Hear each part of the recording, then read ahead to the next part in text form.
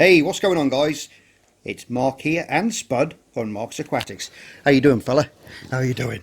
How you doing? How you doing? How you doing? This poor guy, his little back end's gone, love him. He's had hip displacement and he's not doing too clever at the moment, are you, mate?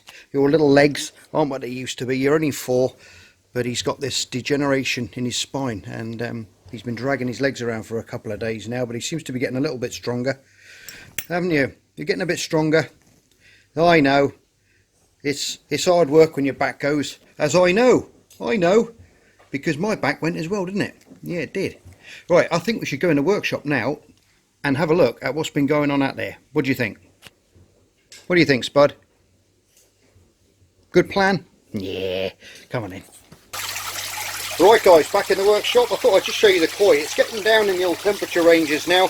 What have we got? We got 13.3. There you go, 13.3 degrees. Now we're okay, we're still above 10 degrees, so we can stick in some food. As you can see there, there's a few oak leaves from my oak tree in the garden, which have blown in. It's not going to only be a couple of weeks now. What I'm going to do now is put the cover on it. It looks a bit murky in there this morning, so I've just backwashed the filter, so it's a little bit stirred up. So they're a little bit spooked, but I'm sure they'll be up for their breakfast in a minute. I normally flush the filter through first and then end it on a good note by giving them some food afterwards, so they know when that filter gets back flush that they're going to get some food afterwards, so they kind of look forward to that. But it does scare them a little bit, and I haven't done it for a couple of weeks. Naughty Mark, but there you go. I should have done, but I completely forgot about it. But it wasn't that too, just later on in the year now I've got them on different food. It's not too bad, and the filter wasn't that clogged up, to be honest. Here they come. Stunning colours.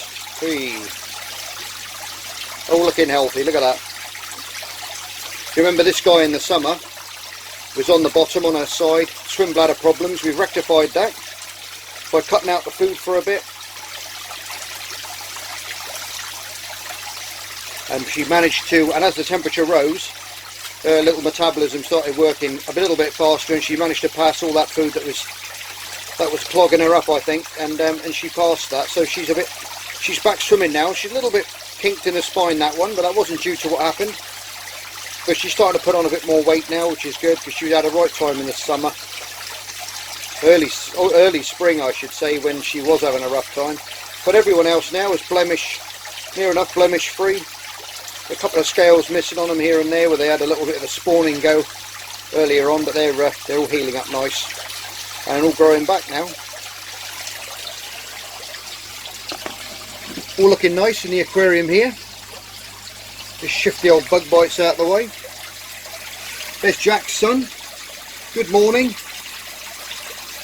Taking his place of his dad. Look at that. Starting to get a bit more colour in his fins.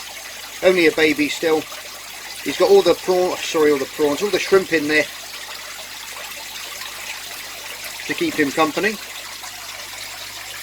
All the old mind your own business, all this stuff's gone absolutely berserk. All the plants are growing really well. Just trickling away there nice, look at that. I'm going to have to get into there and cut some of that back, I think. But that's looking nice. Anyway, I thought I'd show you this tank again. Now, remember we had the gold rams in there, and they decided to eat all the babies because my daughter left the door open, and Lemon, my cat, decided to come in and sit right here and start doing all this, and they decided we're going to eat all the babies. Well, I've left them in there because I'm adamant that I was going to bring some on for you. And if you look down there, right in the back, I'll try and get a bit clearer for you. There you go. You can see another little batch of wrigglers. Now, I left them in there and I brought them on. Left them in there, they laid a load more eggs on that stone, and I've let them get to this stage, and I've removed the parents now so I can bring them up, and we can have some baby gold rams, which is nice. So they're not going to get predated on this time. I've put an extra sponge filter in there as well, as you can see on that side, which was from one of my other tanks now that I've closed down. So to keep it cycled and to aid in the filtration in this tank, I've added it to it, so it's got a little bit more circulation, and we've got a little bit more filtration going on in there now. So that's going to keep that water nice and fresh, and they'll be bringing, and hopefully we'll bring them along.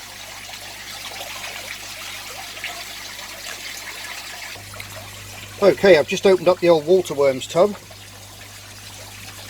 We'll just take some of those out. Doesn't really look like there's much on there. We can come across the angel fry tank. As you can see, there's no end of them in there, and I can just wave that around and you'll see them all come off. Look at that. Now they're going to get dispersed throughout the water. Keep this still,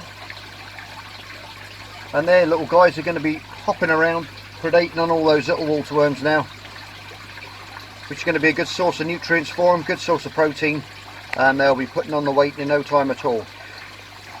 I would say at this stage, guys, as well, regular water changes are a must, because you've got a lot of fry in there. I know there's a big sponge filter, there's a lot of fry, but the cleaner that water is, the more them fish are going to grow. Okay, you're going to grow them up a lot quicker with regular water changes. If you give them water changes 2-3 times a week, only go down, I'd say about here, about 10-20%, say, and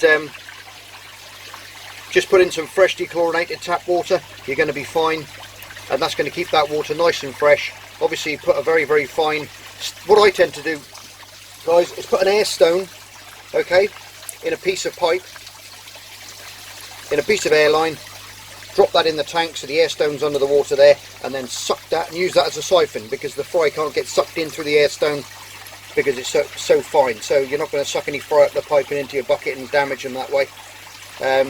When you look away 1 minute, if you try and do it with a bit of hose pipe or something, they'll be in there before you know it. So either you can put your net in the water first, I find, just suspend a net in the water, and you can put a pipe into your net so it's sucking the water through. Sometimes you've got to be careful because the net will suck up onto the net, and then they will in turn then get sucked up onto the net as well, and that's going to damage them and could kill them as well. So I tend to use an air stone because it's sucking in from all areas of the stone, and it's only a very slow draw that way. And what you can do is you can clip your air stone then and leave it down at about 20%, say around here. You can walk away, have it siphoning into a pot or into a bucket on the floor, clip it onto the top here, and then what you'll find is then obviously as it siphons down by itself, it'll get to that level, stop itself automatically when it sucks air in, and then you haven't got to hang around then, you can do it slowly.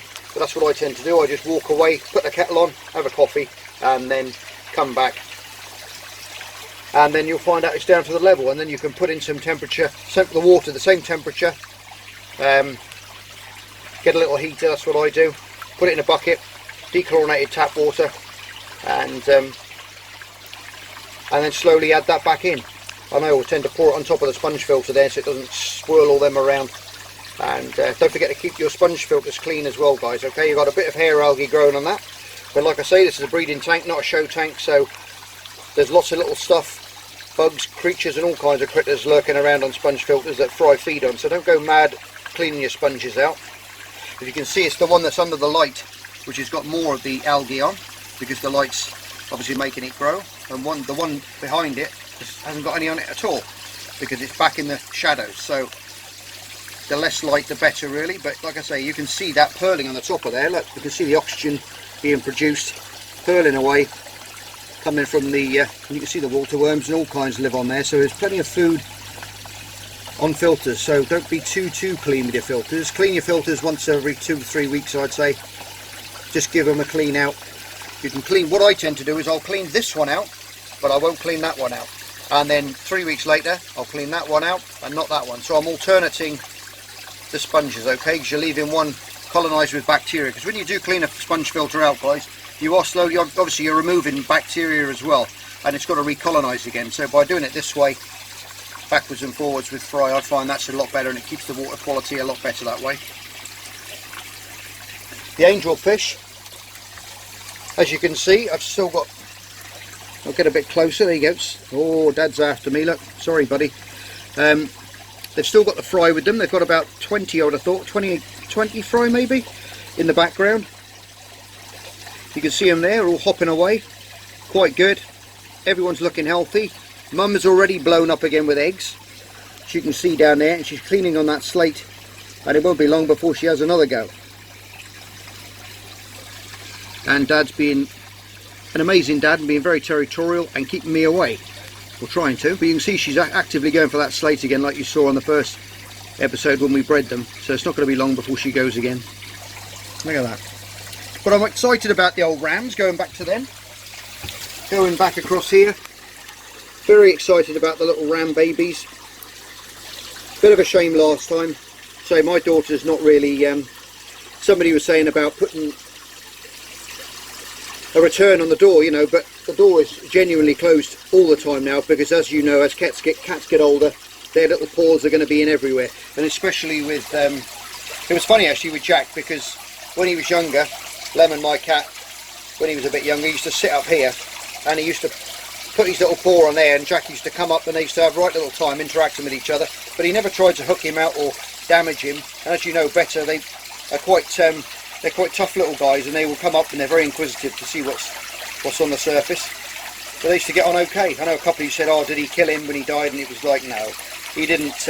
It was nothing to do with him, because he hasn't been in here for quite some time, since I've been doing the breeding projects, because of the obviously because of the tanks have to be quiet, everything has to be quiet, and with a cat jumping around on the workshop, it's not going to be very good. So he was evicted from here, and it was just an accident. She left the door open, and he got in, and he just thought he'd come and say hello to all his old mates, not realising that they were going to eat 200 of their children, which wasn't good at all. But there you go, these things do happen.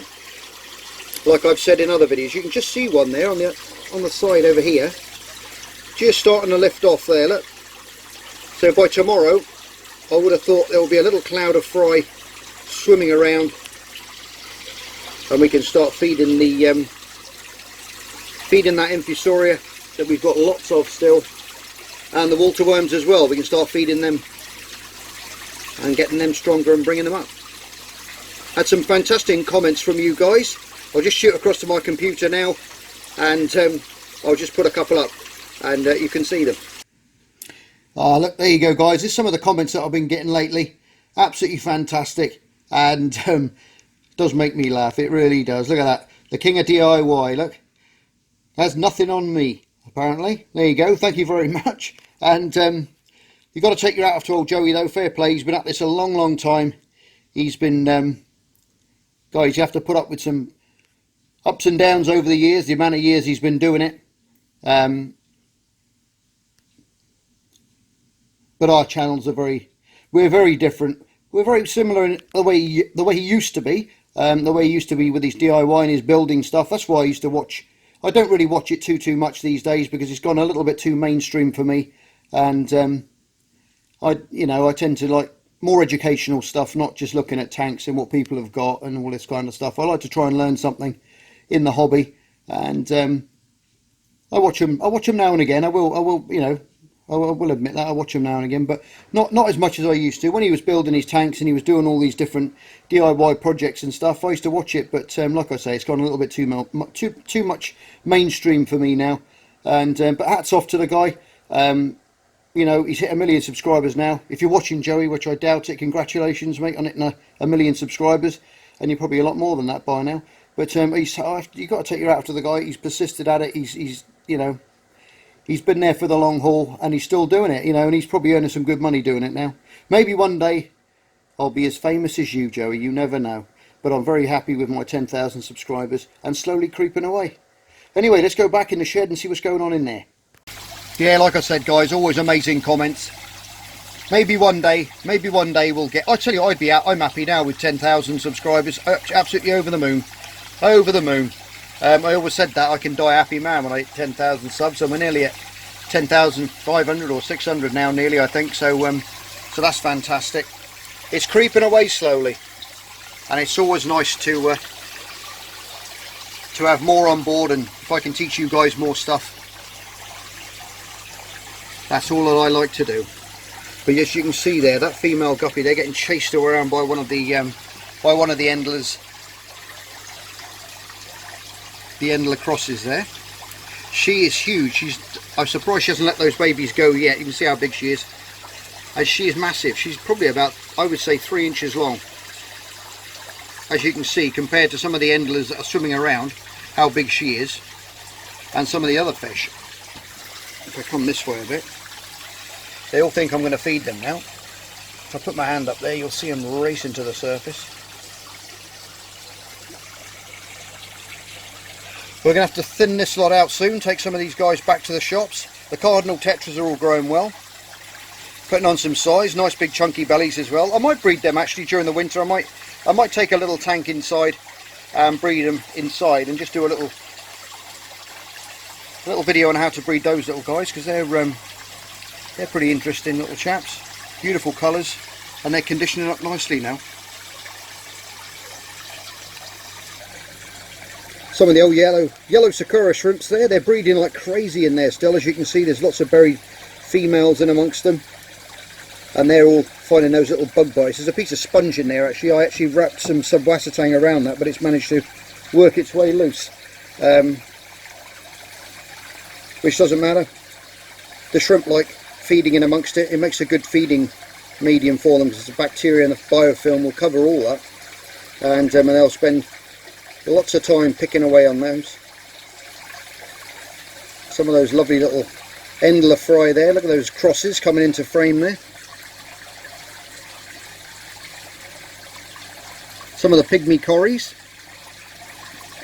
And everybody gets on well in here. It's amazing actually. I mean, I've had some people saying, oh, don't the shrimps get eaten? I said, well, I haven't really got anything in here that's going to predate on the adults. The babies, the mountain minnows, the tetras might pick those off, but there's so much cover in here with the subwassatang, and they go right in deep in amongst it, the babies. And at night time I come out and they're all over the sponge filters here, the babies, in amongst the rocks.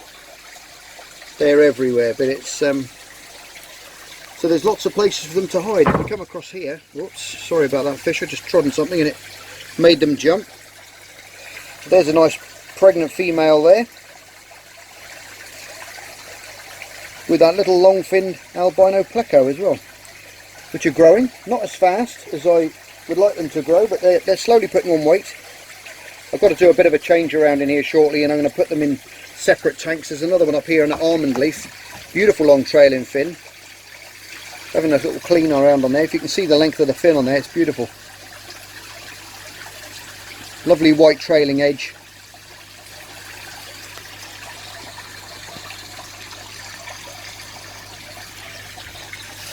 I'll try and get you a better picture. Look at that.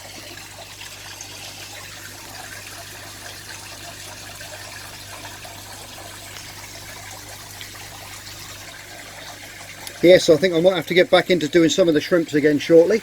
There's a few different species now which I've seen around on the market, which I wouldn't mind picking up and getting back into the shrimp stuff. I always find it's great in the winter time.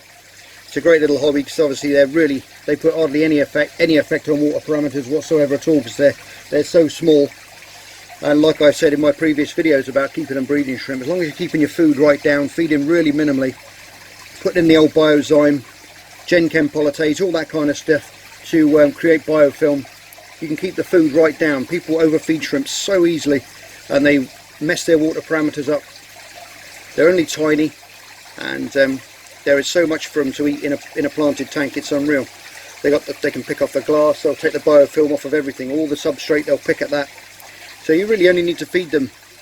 I only used to feed mine probably once a week, maybe twice a week, and that's why you see people with shrimps in the other videos where they're going absolutely mad for it, and they say, oh, mine never seem to go in the dish and act like a load of piranhas around the dish. And it's because they're only feeding them a couple of weeks, every couple of times a week. So that's always a good thing to do, is feed them sparingly, and you'll get them out, and they'll feeding friends a little bit better for you then, if you're trying to video them, and they'll come out more. But there's some lovely shrimp there. Now some of you guys are asking me where I get my bloodworm from as well. Now I get mine from my local aquatic shop, which is Maidenhead. I buy them from there most weeks.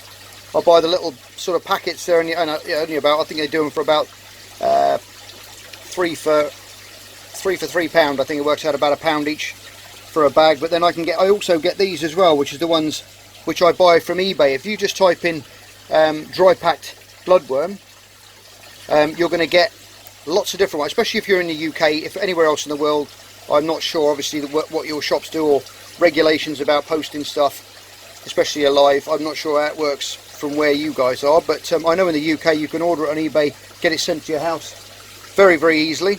Dry packed is the best way, because you don't want to be paying for water to be delivered, and which is adding to the weight. So if you get dry packed bloodworm like these, and then you can just literally put them back into the water when you get them and sort of hydrate them. That's what I do. And there's no end of them in there. Anyway, I think I'll end this little video on there. A few things have been happening. Look at that seething mass there. Look at that, it's all water worms in there.